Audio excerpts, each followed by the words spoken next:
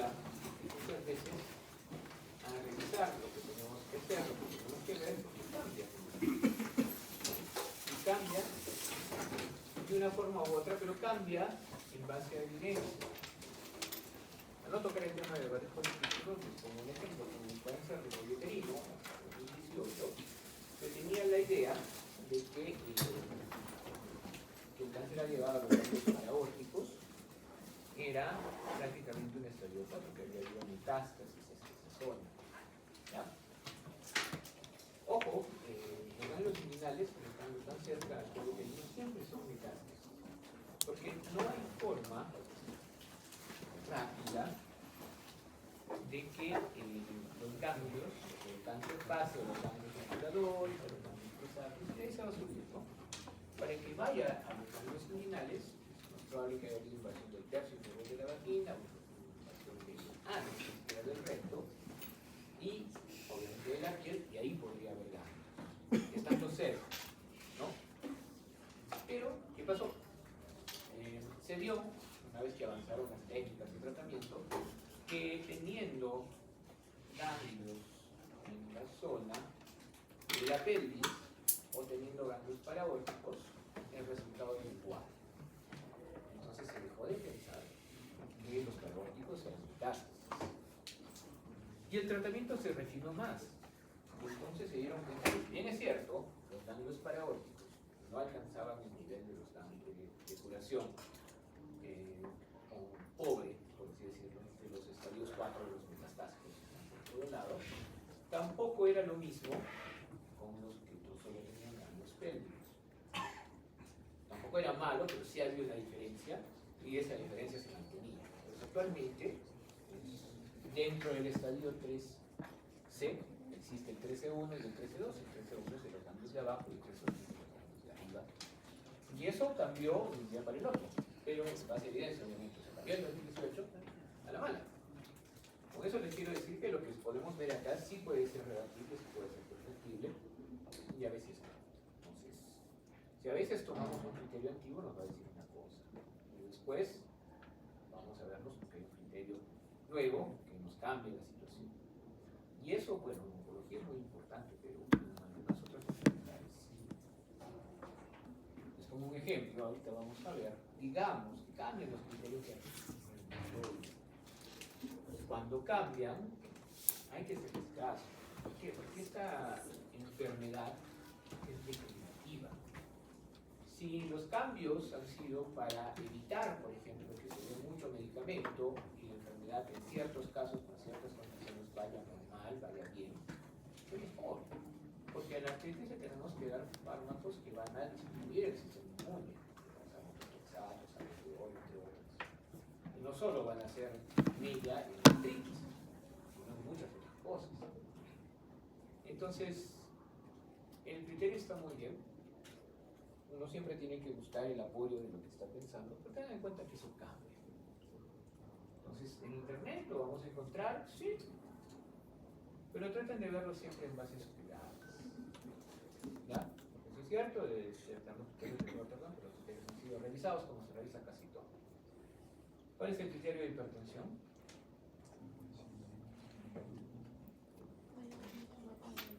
¿Quién dice eso? ¿En qué reporte? Bueno, pues eso.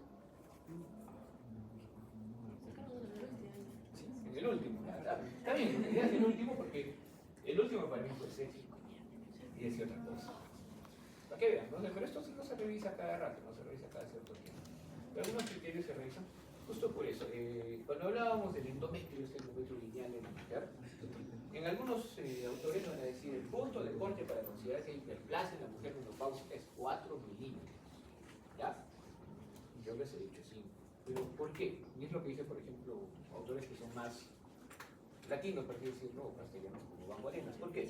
Porque si yo bajo el corte, que eso se ha notado, voy a ver más, voy a tomar más casos, sí, va a haber más casos positivos, pero también va a haber más falsos positivos. ¿Qué estoy perdiendo? Estoy perdiendo especificidad, ¿no? ¿Estoy ganando sensibilidad? Sí, Pero ojo que la gran sensibilidad conlleva problemas, ¿no? Y el mejor ejemplo es el ELISA. Ya salió que ELISA positivo de H. Y eso, porque no se le explica al paciente o a la persona que tiene un ELISA positivo que puede venir por otras causas, como que tiene ratones en la casa.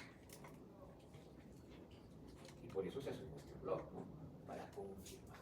Entonces, la gran sensibilidad conlleva el aumento del falso positivos. Y hacerle todo un,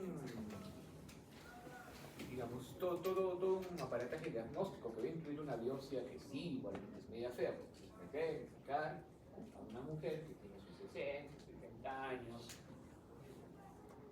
que no pasa por eso de ninguna forma desde hace muchos años, es traumático. Y si es algo maligno, probablemente en unos 3 meses va a crecer, sin menoscabo de poder curarlo. Por ese sentido, los puntos de corte y todo siempre se revisitan y se ven en base a qué pasa con las decisiones que uno toma. Ese es el principio de la medicina basada en evidencias y obviamente sin querer nosotros vamos a tener que aplicarlo aunque digamos no me interesa. Por lo tanto uno tiene que siempre revisar lo que ha hecho y lo que le ha funcionado para que le funcione. Como en este caso, ¿no? Cuando hablamos de ecografía musculoesquelética, de resonancia musculoesquelética, claramente la resonancia le da real a la ecografía. Por la razón de que no tiene problemas con los huesos, que por sí. Miren, por ejemplo, en la rodilla. Cuando yo evalúo una rodilla, ¿qué voy a querer evaluar? Voy a poder evaluar, por ejemplo, el tendón, ¿no? El tendón de cuadritos. Eso lo puede ver la ecografía, eso lo puede ver la resonancia. Los colaterales, eso lo puede ver la ecografía, puede ver la resonancia. Las bursas. La bursa de la patela que está debajo, esa es lo que está debajo. Y si empezamos a hablar de los ligamentos cruzados, de los meniscos, tampoco los va a ver. ¿Por qué? Porque el hueso se desintegra. Entonces, claramente, la resonancia tiene una gran ventaja, ¿no? Pero se sigue usando la ecografía y se usa bastante, no solo porque es lo más asequible, por 2 motivos más, porque la ecografía musculoesquelética no es barata. Sería bonito estar en Estados Unidos y cobrarlos $1 por eso. Porque esas ecografías sí son más caritas. El equipo es más caro, porque es el traductor lineal y todas estas cosas. Pero ¿por qué se sigue usando? Porque tiene buena resolución y porque permite decisiones en el momento. No está jugando Neymar, ¿no? Que Neymar siempre se quiere. O sea, a Neymar siempre lo van a revisar. Y nadie ve con su resonador para ver cómo está el Neymar, ¿no? Cuando lo van a revisar, van con un cobra. Bueno, no creo que lo revisen porque saben cómo es. Pero ante uno de estos jugadores de élite, cuando hay un problema y parece que es serio, primero van a hacer una ecografía. Y la ecografía incluso va a ser en el campo, si es que se puede, si no se lo llevan al ladito, y hacen una ecografía. Porque nos da muchísima información y le da una resolución. Bueno, y sobre todo, lo que les digo, ¿no? O sea, no están cambiando lo que les funciona y les funciona en el momento. Porque cualquier jugador que deja de jugar pierde y hace perder. Incluso a ti, ¿no? Que apostaste inventando que iba a meter gol. ¿No? Ya no juegan muy mal que vuelvan a meter. Pero así es la cosa, ¿no? Los jugadores sí son productos, se ha invertido en ellos. A Messi le han metido monas, lo han llevado al Barcelona, eso no ha sido casualidad, simplemente vieron el chico tiene potencial, que sea bueno para qué. No solo para que gane millones, sino para que hagan millones. Entonces el hecho de que estos futbolistas dejen de competir en el momento es negativo para invertir en ellos. Pero también que empiecen a jugar con una lesión es negativo porque la lesión va a reproducirse. Por eso se entra la ecografía. Y ya cuando las cosas se calman, vamos a la resonancia y vemos cómo se replica. Entonces, la resonancia es muy buena para discernir todo esto, ¿no? Que es tendón, cartílago, músculo, grasita. Exceptuando la grasa, todo lo que les he dicho antes en rayos X es la densidad de agua. Así que mucha discriminación no hay. La tomografía no nos ayuda mucho en eso, ¿no? Y es más cara que los rayos X, que nos ayudan muchísimo, pero para los huesos. igualmente, por esta densidad de agua, todo lo vamos a ver igual. Entonces, no vamos a ver el mecanismo, no vamos a ver el centímetro grado, aquí ya no estamos haciendo la columna.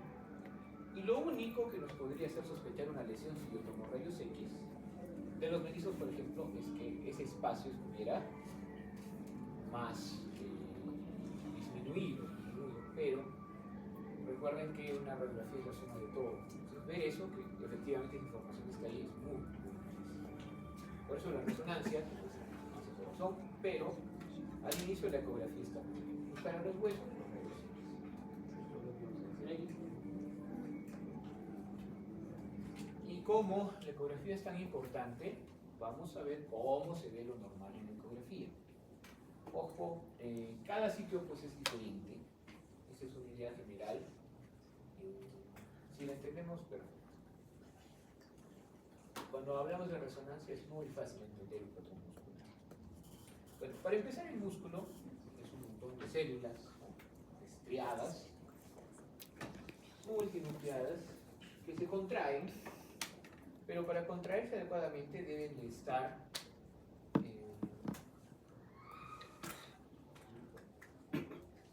en cierta forma unidas a un elemento que quiero que se acerque hacia el eje, ¿no? Por eso el músculo realmente esquelético está unido a los huesos, ¿no? Por un tendón de origen, por un tendón de inserción.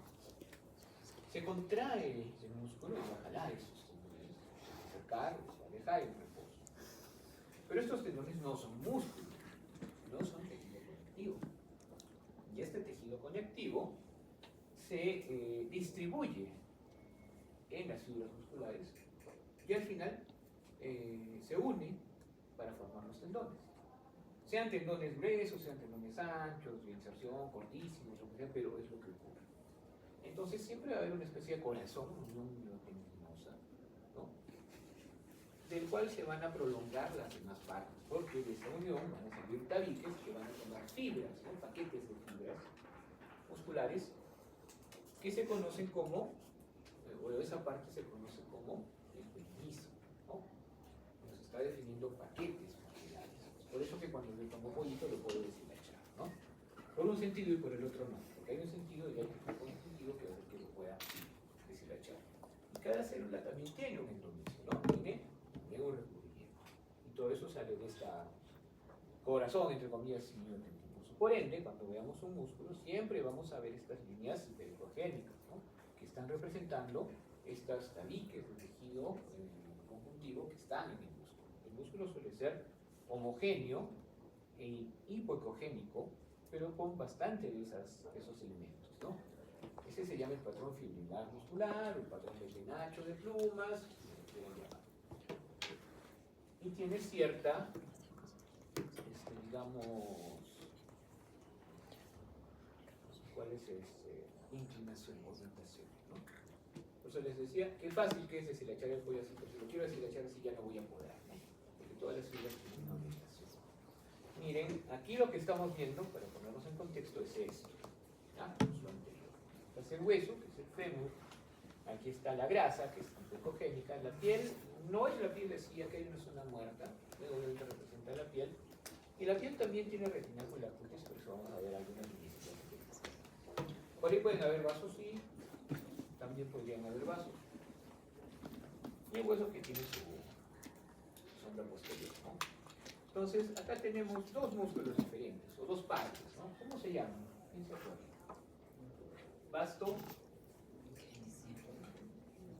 externo y vasto anterior, ¿no? Y tienen diferente inclinación, porque al final el músculo, el tendón va a aparecer por aquí. El tendón coge estos, las fibras de estos y de los vastos laterales. El vasto lateral y el vasto medial. Miren cómo esta inclinación viene hacia acá, porque al final se ve la inclinación por esta parte de arriba. Ok, eso es lo normal para los para los tendones, para los ligamentos, es un poquito diferente. Hay un buen ejemplo, ¿no? Estamos en esta zona, en el húmero, y el bíceps tiene dos cabezas. La primera, la cabeza la que está saliendo de la articulación glenumeral, la cabeza corta viene de,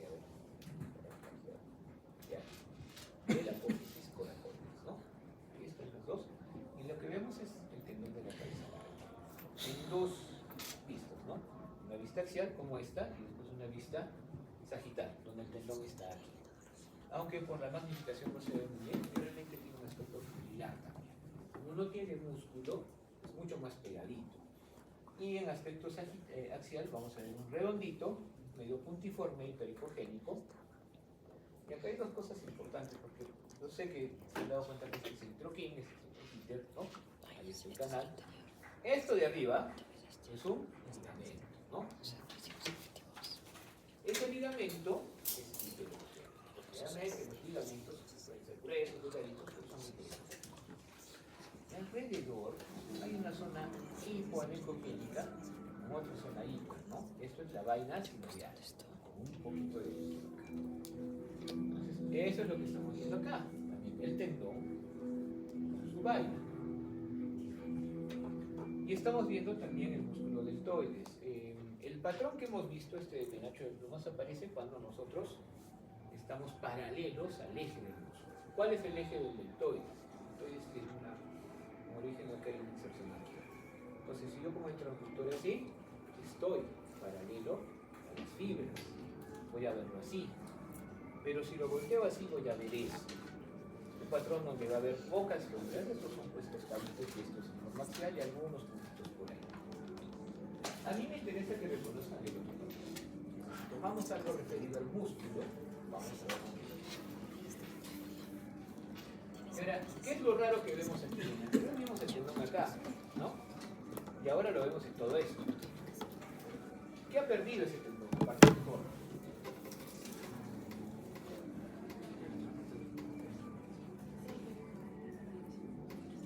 Antes estaba mal.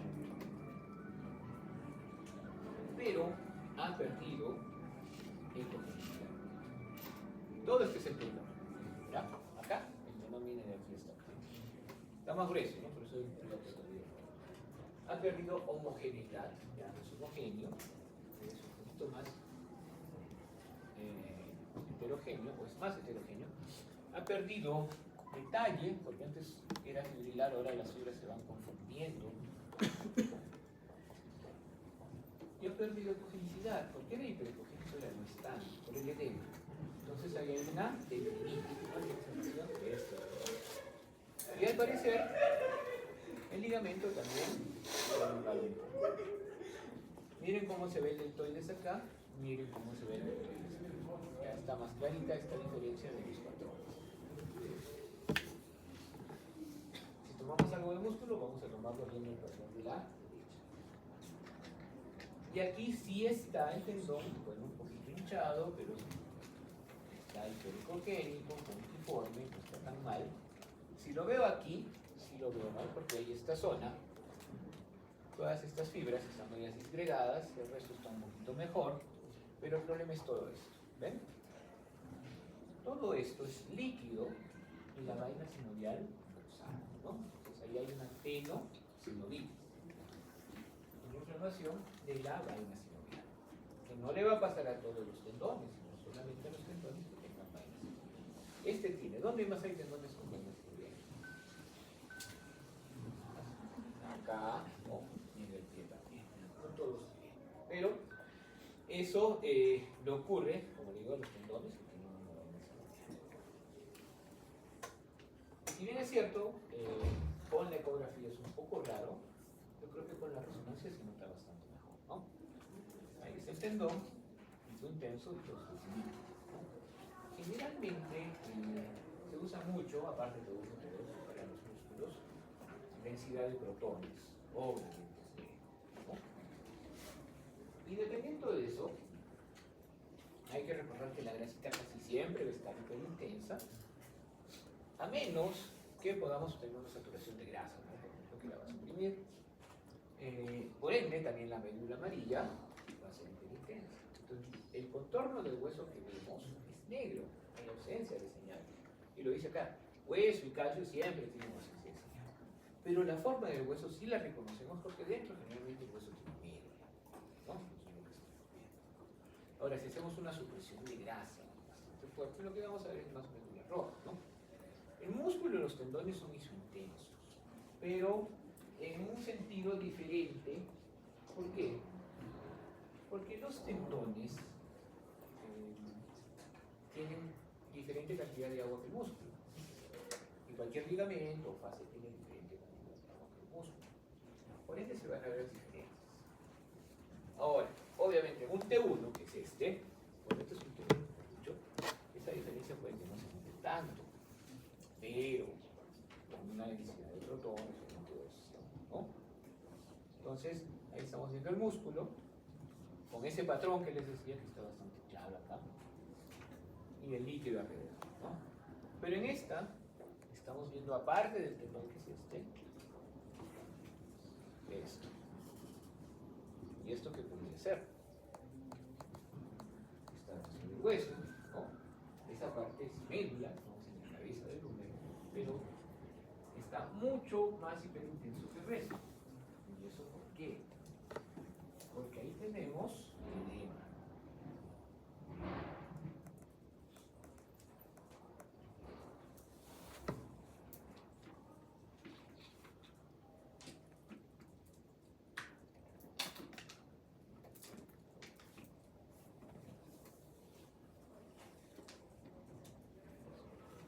Entonces, la resonancia da edema. O puede mostrar edema dentro del hueso. Como el músculo.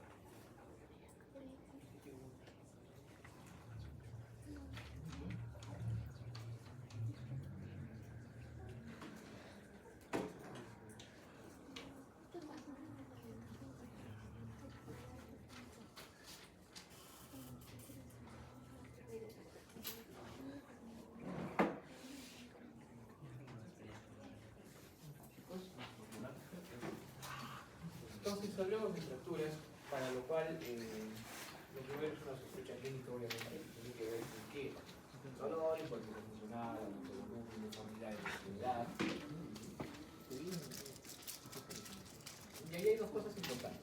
La primera es que, sin necesidad de que haya fractura, puede haber algo de eso, ¿no? Los esguinces. Pero los esguinces hay tres tipos, ¿no? Un esguince de grado 3 puede dar una impotencia funcional muy parecida a la fractura, porque hay rotura de algo, rotura de ligamento, etc. Por ende, una cosa importante es discriminar y discernir si hay una fractura o no. Una radiografía me va a decir si hay una fractura o no, pero no me está diciendo si hay esguinces o no. Para eso está mi clínica. A nadie se le va a ocurrir, cuando el tobillo está así hinchado y está saliendo normal, radiografía que está bien, puede irse a la casa, algo de eso. Y ahí entran en juego otras cosas, ¿no? La última de ellas es la resonancia, que lo va a ver todo, pero una ecografía también puede ayudar. Entonces, la idea de los rayos X primero es confirmar la fractura, ¿no? Cuando el caso pueda que no nos sea muy claro. Obviamente, si esta parte del hueso está para abajo, ahí hay una fractura. Pero entonces ahí, ¿para qué le tomo? Si ya confirmé que es una fractura. Una fractura se va a tomar para ver el grado de lesión, porque al final, ¿qué tengo que hacer con la fractura? Repararla, ¿no? Esta reparación tiene que ser lo más fiel posible a lo original, para que se conserve la funcionalidad. ¿Sí? O sea, si la fractura, si el hueso está yendo para acá, lo tengo que volver a poner en su lugar, ¿no? Eso se llama reducir la fractura. Esa reducción puede ser tanto mecánica, con ayuda del traumatólogo, de repente el chofer de la ambulancia para que cale, que tiene que ser quirúrgica también. Y eso ya lo evalúa obviamente, ¿no? Y obviamente una vez que terminamos eso, en algún momento se vuelve a tomar una radiografía de control para ver cómo ha quedado, para ver si todo está bien. Entonces, para eso nos sirven los rayos X. Cuando una fractura rompe el tejido, ¿no? Es evidente, es una fractura expuesta, ya sabemos eso cuando no es cerrado. Las fracturas pueden ser también completas o incompletas. Siempre hay un trazo en la fractura y eso es evidente, y para eso hay que conocer un poco la anatomía normal de cada hueso. ¿Por qué lo digo eso? Porque muchas veces vamos a encontrar por aquí algunas cosas raras que corresponden con las suturas, ¿no? Y no tiene nada que ver con fracturas. O vamos a encontrar los cartílagos de crecimiento y obviamente no tiene nada que ver con fracturas. Y lo otro es saber cómo son los huesos. ¿Esta qué zona es?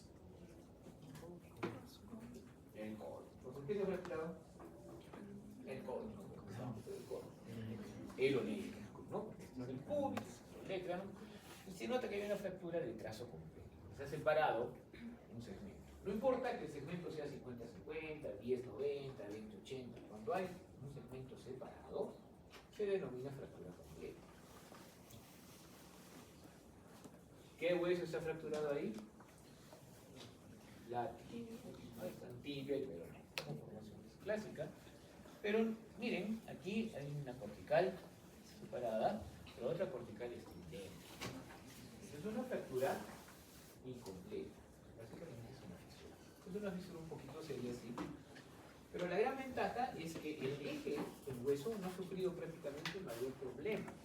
Está casi alineado. Entonces, para que se cure la fractura no es solo que la vaya a reducir, ¿no? Porque le pongo en su lugar y digo, doctor, muchas gracias, y otra vez acá. Hay que inmovilizar, ¿no? Y también esa inmovilización puede ser médica, con un yesito, con algún tipo de plástico de los que se suelen hacer ahora, como férula, o también podría ser quirúrgica, ¿no? Externa, ¿no? Poniendo unos clavos y después una banda y se queda inmovilizada. Entonces se tiene que inmovilizar, y para inmovilizar tiene que estar reducida. Entonces la gran ventaja de estas fracturas que son incompletas es que prácticamente no requieren una reducción, ¿no? Ellas también, solo las más de veces una inmovilización. Dentro de esas fracturas hay fracturas que por la fuerza, por el tipo de trazo, como pueden ver acá, que no es el mismo trazo de allá, serían más casi fracturas completas, de no ser porque la osificación no es completa. Entonces estamos hablando de niños. por eso estamos viendo esto. ¿Ven acá? Ven aquí, esos son los cartílagos de crecimiento. Ya tenía una fractura que se ha caído de frente, rápido, fuerte, y no ha llegado a tener alteración de la otra cortical porque es poco osificada. Prácticamente como tomar una ramita y romperla, ¿no? Una ramita que recién te va a pegar. No la vas a romper completamente. Esas son las fracturas anteriores, ¿no? Y ese es el ejemplo más común de la fractura de Forest. Ahora, a veces, por algún motivo, la fractura es por rotación. Y esas fracturas por rotación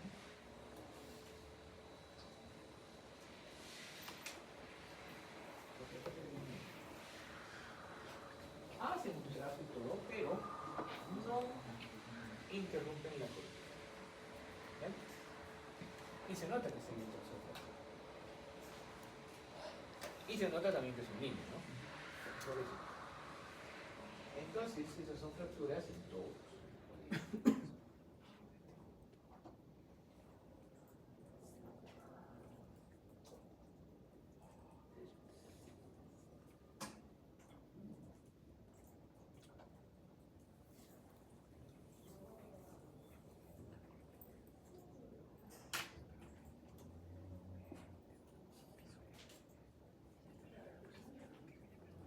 Las fracturas que vienen porque el hueso tiene una condición previa, ¿no? Como por ejemplo una metástasis acá y una metástasis espiritual. En este hueso que es el último, ¿no? Una fractura del tercio proximal, medio del muslo, que es patológico porque hay una metástasis. Las metástasis crecen donde quieren, porque ahí no debería crecer nada, ¿no? Está creciendo tejido, que no es hueso, que obviamente va a disminuir la densidad. En este caso ha habido osteoporosis. Lo que se ha roto es esta zona, que es el cuello, el fémur, ¿no? Entonces, ese es un ejemplo de una condición generalizada del sistema esquelético que hace que, en los dos casos, movimientos o transmisiones de fuerza, aquí más que movimientos sino transmisión de fuerza y el caminar, que normalmente el hueso soporta, no la soporta, ¿no? Por la enfermedad que tiene. Son fracturas patológicas. Y esta, bueno, aquí obviamente por la metástasis. Le cae un golpe a este señor. Digo señora por esto, ¿no? En este caso, muchas veces esto ocurre solo por caminar, ¿no? El abuelito está caminando, se cae. Se cayó el abuelo, se cayó el abuelo. Ahora viene la ambulancia, lo llevan y le dan que tiene una fractura, ¿no? Pero empiezan a decir, el abuelo se cayó y se fracturó. No, en realidad solo por caminar, por la fatiga de ese hueso, de su mala calidad, se rompió. Y producto de la fractura se cayó el abuelo. Eso para reforzar la idea. Sí. Lo que está, ¿puedo señalarlo? Porque Bueno, se describe. sí. Este dibujito que está acá. Esto simplemente es la forma de eso. Porque Más también. parece, sí, más parece un artefacto. Ah, Tiene para aquí, para aquí, para aquí. Si en realidad no hay nada que sea parecido a esta zona. A veces hay artefactos así o en forma de tipo. En la radiografía. Y la verdad que no tiene ninguna explicación, no se ha roto ni nada por el estilo. El tema es aquí, ¿no? Que si vemos, la alineación está mal y el mismo cuello ha disminuido.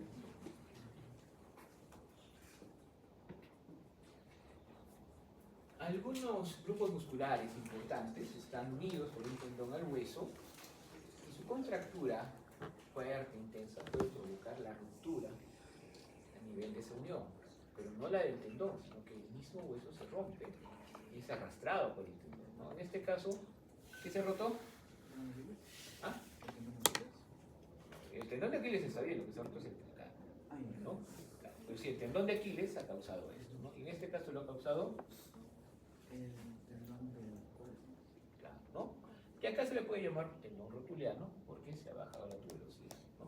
Y de hecho, por la retracción que tiene, porque el tendón está libre ahora y el músculo también, así que se van a retraer, ha hecho que la rodilla, que son huesos sesamoideos, se suba. Entonces también tenemos luxación, ¿no? Pero lo importante es justamente la fractura por abulsión. La idea de la fractura conminuta es que es en varios pedazos, o sea, más de 2 pedazos. Estamos hablando de una fractura compleja, ¿no? Pero cuando los pedazos son pequeños, estamos hablando de una fractura conminuta. Las fracturas complejas y conminutas, por ser la suma de todos los rayos X, no nos dan una idea adecuada del problema. Porque acá yo diría no se ha impactado y nada más, ¿no? Pero miren cuál es el verdadero problema. Hay 1, 2, 3, 4 pedazos. Y depende mucho de un correcto movimiento de la muñeca que eso se pueda resolver. Ojo, si yo lo dejo así se va a resolver así como lo vemos probablemente si estuviera utilizado. Entonces, deforma el hueso, deforma la muñeca y va a producir unos vicios terribles. Y aparte de eso, pues, va a disminuir la motilidad de la articulación. Por eso se tiene que reparar. Y por ese motivo, en esas fracturas conminutas, es muy importante tener una tomografía, ¿ya? Para que el traumatólogo sepa cuántos pedazos hay, cómo están posicionados y qué va a tener que hacer una vez que entre, ¿no? Poner un montoncito de clavos, un alambrito, una pulidita, barniz y ya está, ¿no? Y queda bien. De todas maneras, a veces es más complejo que eso. Esto también es una fractura conminuta. Ya en casi cuello, bueno, acá hay otras cosas, ¿no? O sea, un cigomático, que la rama maxilar, todo, pero técnicamente es una fractura conminuta, ¿no? Y si hay ahí un montón, el poder tener así, ¿no? La tomografía y la reconstrucción ósea para poder planear el cirugía. Eso ya lo vimos. La fractura por impactación es cuando generalmente el cuello impacta sobre la cabeza del fémur. Muchas veces, y eso sí he visto, y bueno, con movimientos frágiles, ¿no? Que probablemente no vayan a soportar, lo mínimo ahí es un clavo intramuscular, ¿no? Lo mínimo. Lo que se prefiere hacer ahí sería más un recambio total. Pero hay muchos abuelitos que están entre los 75 o 78 que no van a soportar eso. Entonces muchas veces se les deja un tratamiento conservador, se les moviliza y más que bien recuperan la movilidad, ¿no? No al mismo nivel de antes, pero pues el abuelo no puede correr, ¿no? Sin embargo, este es un tipo de fractura, como ya vimos, por fatiga, ¿no? Una fractura patológica, por osteoporosis. No estamos tomando en cuenta las luxaciones, aunque sí las van a ver, pero recuerden que las luxaciones tienen mucho que ver con la clínica.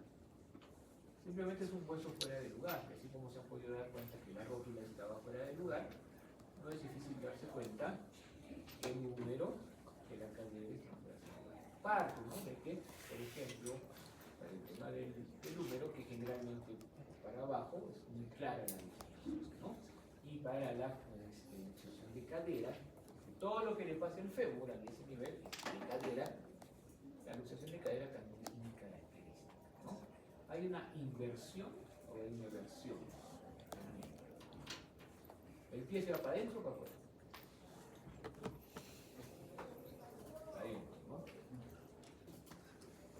Ese técnicamente es muy fácil. Vamos con el músculo. Miren cómo está no es el mismo patrón que vimos al inicio en el sentido de que de la orientación. Porque abajo es el rostro interno, sino que ¿no? Esto más que todo es la parte de pantorrilla. Pero igual tenemos el mismo patrón y vemos cómo está interrumpido, ¿no? Esto es un desgarro.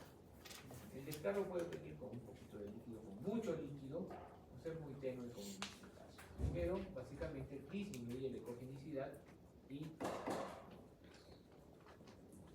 interrumpe el patrón del penacho del globo más el patrón final. ¿Ya? Pero recuerden que, como les decía, debe haber un momento, un lugar donde el tendón o estas estructuras conjuntivas sean más fuertes y se proyecten hacia el resto del músculo, ¿no? Formando pacientes que hacen una latoneurosis, ¿no? Que debería ser el epinicio, y al final todo eso se junta ante la ausencia ya de fibras musculares en el tendón. Por ende hay como un sentido, ¿no? Y eso viene al hecho de que muchas veces la lesión del músculo no tiene desgarro, no tiene hematoma, ¿no? Simplemente es una elongación. O incluso esa elongación, que realmente en la ecografía no se va a ver muy bien, puede dar algo de edema. Y ese edema generalmente se va a distribuir alrededor de ese centro miotídico, como en este caso. Aquí estamos viendo solo un hueso, y esto es mi miembro inferior, entonces estamos a nivel de muslo, ¿no? Solo hay un hueso, acá hay dos, entonces acá estaríamos más a nivel capilar. Estamos a nivel de muslo, la parte que más músculos tiene es la parte posterior, que es esta, este es el compartimento lateral. Si se dan cuenta, la idea del tabique, ¿no? Que viene de la fascia lata hacia acá, existe. De hecho, cuando vemos la ecografía decía fascia, dice fascia lata. Y este es el vasto anterior. Y su centro miotendinoso, por la forma, ¿no? Porque al final el tendón aparece por aquí y sus fibras se van a orientar un poquito para hacia arriba. Por eso tiene esta disposición del edema. En cambio, aquí no. Porque si bien es cierto hay edema, ese edema ha fugado hacia la zona del epinicio. Lo más común es esto, ¿no? Y recuerden, ¿no? Pueden no verse en la ecografía, pero en la resonancia sí se va a ver. En la clínica obviamente sí, porque así no tiene nada, pero igual está persistiendo el dolor. Simplemente por una elongación, ¿no? A nivel radial, ¿no? Podemos encontrar una tenosinovitis, así como en cabeza del bíceps, que es la tenosinovitis de Becker-Bell. ¿Ya? Esto es el tendón normal. Este es el patrón fibrilar normal. ¿Ya? Y esto poquito es la forma normal de la sinovial. Pero ahora, ¿por qué está esto oscuro? Y esto también estará mal. No. Cuando los rayos son perpendiculares a la estructura, todos los rayos se reflejan. Cuando los rayos no lo son, está un poco inclinada, se reflejan unos y otros se van para afuera. Entonces, como a la máquina le llegan menos secos, la máquina interpreta que ahí hay menos células, menos tejido forme, y le asigna una ecogenicidad más baja. Eso es un artefacto por anisotropía. Y claro, me puede tender al error, porque hemos dicho que la pérdida de la disposición de las fibras o signos de inflamación. ¿Qué hacemos? Si está así, vamos a angular un poquito el transductor, ¿no? Si angulamos el transductor y desaparece eso y se vuelve hiperecogénico, está bien. Si no desaparece, obviamente sí hay una lesión ahí, ¿no? Pero bueno, pero en el otro lado está clara la lesión porque ese patrón fibrilar, que debería estar acá, se ha perdido. Uno. Dos, hay líquido, hay engrosamiento de la vaina sinovial. Entonces, eso configura una tendinitis, ¿no? En este caso de Becker-Bell, por la radial, más largo, y que obviamente tiene acá un correlato muy bonito. Acá está la arteria, ¿no? Y acá está él. Miren cómo está de inflamado en comparación a los otros tendones. ¿Cuáles son los otros tendones? Estos. Estamos a este nivel, entonces tenemos los huesos del carpo, aquí, un poquito de líquido, el cartílago, esto es médula roja, tenemos el retináculo extensor, ¿no? Que está acá, y tenemos el retináculo flexor, con todos los tendones flexores, superficiales, profundos, ¿no? Propios y comunes, y esto de acá no es tendón, eso de ahí es el nervio mediano, así como se ve también se ve en el cuerpo. Entonces, imaginen, porque esto tiene un retináculo y tiene acá un ligamento que lo cierra. Imaginen que este tendón así de grande estuviera acá. ¿Quién va a ser el pagano? Entonces, estas tendinitis que aparecen acá son la causa de los tendones de conjuntivitis. Simplemente porque existe ese retináculo. Porque una de las cosas que se puede hacer para muy aparte del tratamiento conservador, la cosa es desinflamar, una de las cosas que se puede hacer cuando no funciona es simplemente, ¿no? Una sección y liberación del retináculo. No es lo mejor, obviamente, pero si nada funciona, y eso mismo ahora lo estamos viendo en el ecografía. Este tendón en axial, todo inflamadito, con harto líquido, con la sinovial engrosada, que está en la radial, y compárenlo con el otro tendón, ¿no? Del lado contralateral. Yo espero que nos quede claro cuando un tendón está inflamado, cuando la vaina se mueve, ¿no? Lo que les decía al inicio. La artritis reumatoidea tiene un fuerte componente autoinmune, ¿no? Está atacando la sinovial. Hay sinovitis. Y la sinovitis obviamente sí se nota. Entrénense a reconocer sus articulaciones normales. Probablemente cuando ven un viejito con los dedos hinchados y todo, sí van a reconocer que hay una sinovitis. Eso es clínico, ¿no? Como síntoma, ¿qué es lo más común? La rigidez conjuntiva, que desaparece, ¿no? Eso ya nos obliga, pero no es lo único. Tenemos que tener un perfil de laboratorio que nos ayude, ¿no? Tal vez tenemos DD o anticuerpos citrulinados, que si tenemos eso y si el paciente tiene que adaptar sus propios citrusoles, ya pueden hacerlo, ¿no? Y eso, así como con el ovario poliquístico, porque no solo por la ecografía vamos a decir que es poliquístico, ¿no? Eso es lo que nos configura más el diagnóstico. Pero esto nos apoya bastante. ¿Ok? ¿Qué estamos viendo? Disminución de la densidad alrededor de las articulaciones, ¿no? De las falanges. Osteopenia, alrededor de las articulaciones de las falanges. Obviamente hay sinovitis, ¿no? Pero eso no se va a ver acá. Es un signo relativamente temprano. No está Pokémon, no por el estilo, pero es muy sugerente de una artritis reumatoidea. Y yo prefiero ver eso y hacer los demás exámenes a ver esto que es muchísimo más propio de la enfermedad, ¿no? Pero aquí ya ha habido la penetración de los dedos, descomposiciones, sinusaciones, destrucción de la misma, de las superficies articulares, y eso se traduce en ¿qué? En manos que no funcionan y en disminución de la calidad de vida. Ahí cualquiera nos va a decir eso es artritis, ¿no? Los rayos X no nos van a decir que es artritis, nos apoyan en el diagnóstico. La idea es que no lleguemos a esto. Todo esto es florido porque ya son manifestaciones avanzadas de la artritis. Pero esto se acompaña, como les digo, de una disminución de la calidad. Por eso la artritis no se trata con antiinflamatorios, sean los que sean, como metacímetro, bajarán el dolor, pero la enfermedad va a continuar.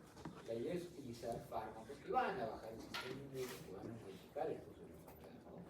Entre ellos metotrexato, sales de oro. Y esos medicamentos van a tener o van a cobrar una deuda al cuerpo. Están bajando el sistema inmune, tienen efectos secundarios. Por ese motivo, me parece que sí se impulsa que el primer nivel de atención trate la artritis, porque bueno, es la parte más amplia. Pero si las cosas no van bien o se dan de las manos, pues lo tiene que ver el reumatólogo, ¿no? O que el reumatólogo haga el diagnóstico, uno va viendo el tratamiento y cuando ve algo raro lo manda. Pero tengan en cuenta que el manejo no es tan así. No, cosas no son. La primera, la rodilla, que no la vamos a ver en ecografía, solo la vamos a ver en resonancia. Pero la vamos a ver bastante bien. Y lo que quiero que quede claro es lo que es la anatomía humana. Estamos de costado, ahí ven la patela, la tibia, acá, y el fémur, ¿no? Me voy a ir para un lado.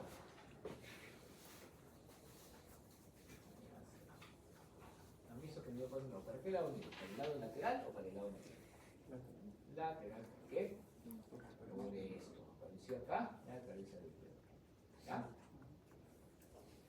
Y entre tibia y cóndilo del fémur encontramos el menisco, ¿no? Es como un acento, de la parte de afuera, más gruesito, después se va al medio. Continúa por acá. Ese es el menisco. Y más atrás encontramos el ligamento colateral.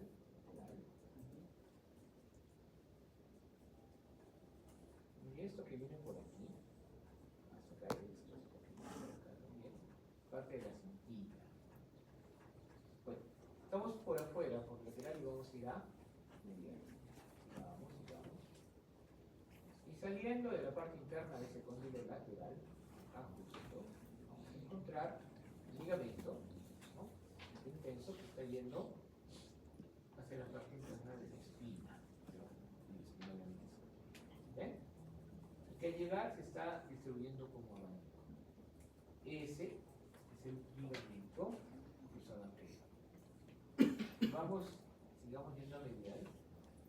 Y del cóndilo medial, es decir, para la parte posterior está saliendo el otro ligamento. Este es el ligamento cruzado posterior.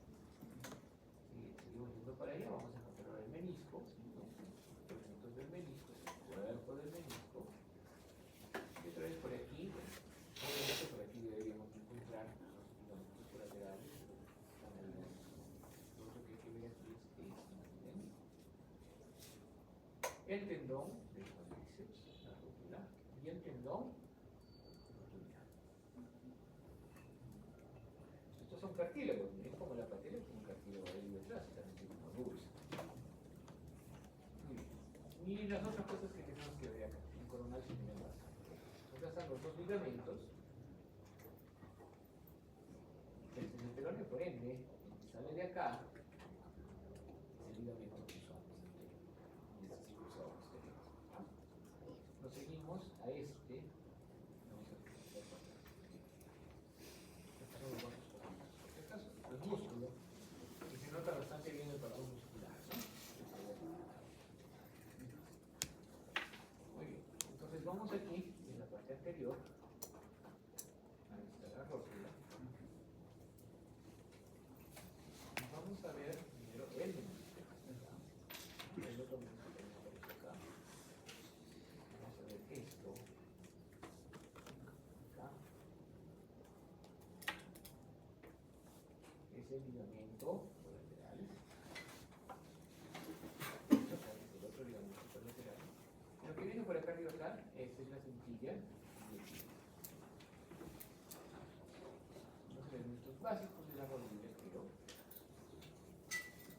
los podemos hacer.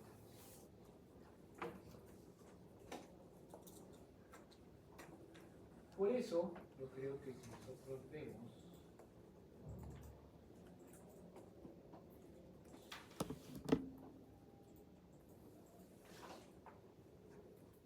aquí, vamos a ir, estoy en lateral, estoy en medial, no estoy sagital, estoy en uno de los costados.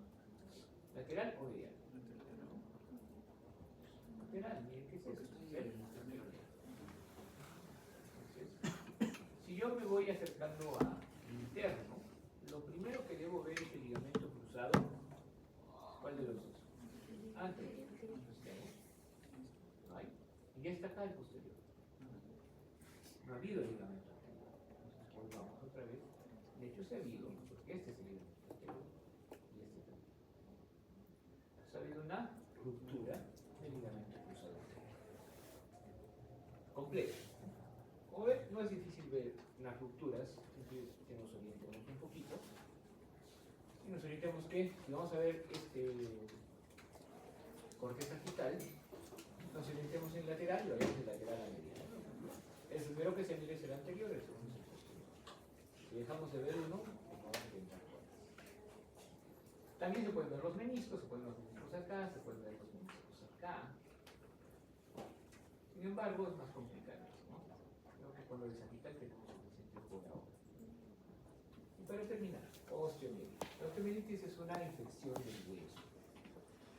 Viene de forma hematógena a veces, así como viene el pioderma gangrenoso, que es una infección que viene de la piel.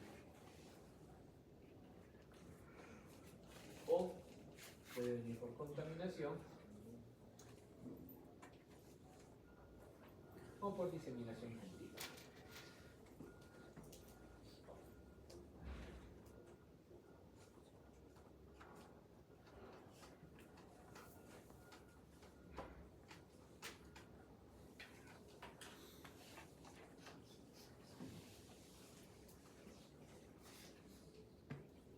En ecografía, que vemos aquí, podemos ver bastante bien que existe una zona hipercogénica, ¿no? Todo este tejido ecogénico que representa el cerebro occipital. Acá hay un músculo, los peroneos, estamos acá. Y todo esto, con diferencia ecogenicidad, obviamente es infección, ¿no? No hay una conexión per se, es un tipo de líquido, sí, pero va a haber. Estamos hablando de un colon, de la celulitis, que después se va a hacer. Y lo que quiero que veamos es esto, miren la cortical, miren cómo está acá, ¿no? Miren la granulosa,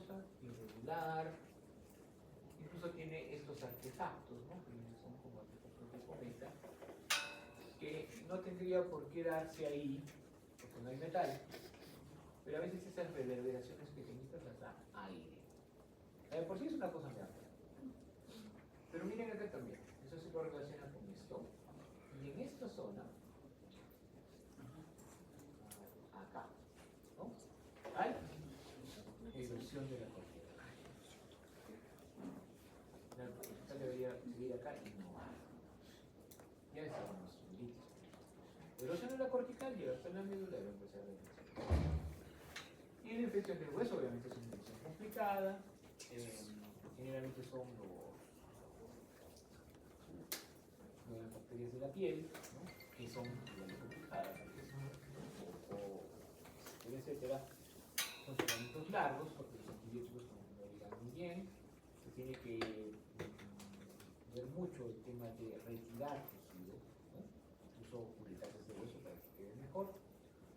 Y a veces lo que ocurre es que la infección se ve un poco, pero se encapsula o se cede, ¿no? Y ahí estamos hablando de un absceso, el absceso fibroso. Hay una hipodensidad rodeada de una hiperdensidad que es esclerosis. El hueso, cuando sufre algún tipo de noxa, de lesión, va a tener después a la esclerosis. Lo vemos en las fracturas, porque primero se forma el callo, después la esclerosis de todo eso para después remodelarse. Y acá lo vemos también, ¿no? Pues hay esclerosis. Aún así, esto podría ser otras cosas, ¿no? Puede ser un miembro solitario, tal vez un quiste óseo. De repente el tema de la esclerosis nos evita más una accesibilidad, ¿no? Pero en una resonancia, cuando veamos esto, vamos a ver que esta es médula normal, esta es médula normal. ¿Por qué ha pasado esto? No recuerden, no estamos viendo el hueso es un nervio. Esto es médula amarilla y aquí está reemplazada por líquido, porque acá está, por ejemplo, un vaso conflicto y eso más entender que es líquido. O sea, que estamos viendo edema de hueso. ¿Ya? Corrigiéndose un círculo. Y aquí igualmente ahora es que solo vemos una saturación grasa y potencialmente 2, estamos viendo y de igual forma acá alrededor de este absceso estamos viendo. ¿Okay? Entonces también el absceso de Broglie no es una cosa simple porque da edema de hueso, el edema de hueso da dolor, da alteraciones de composición, sin mencionar que estos abscesos cuando son grandes producen ¿qué? Un hueso débil, que puede ser propenso a. Pero ¿cuál es uno de los principales problemas de las patologías del hueso? No solo eso, de las fracturas sobre todo.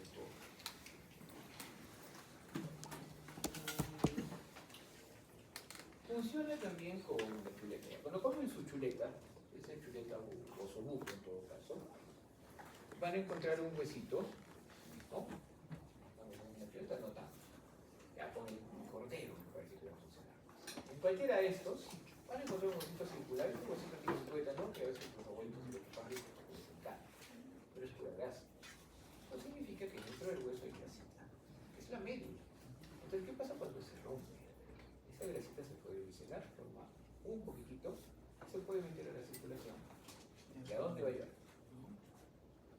Va a llegar primero, o sea, por el sistema venoso, a la aurícula derecha. Y el aurículo derecho, desde ahí, generalmente provoca embolia grasa, ¿no? Y esa es una complicación también de las fracturas, que no se reduce. Por eso también se reducen y se inmovilizan, para evitar que el movimiento produzca inmovilidad. Créanme, pasa. Porque si lo he visto pasar. No, que hay que llevarlo, sí, pero tiene fractura. No, lo llevamos en cosas, y lo único que tenía para eso era precisamente el antecedente. Muy bien, chicos, terminamos. Como les dije, para la próxima semana vamos a acabar el curso. Y para la última semana hacemos una ficha.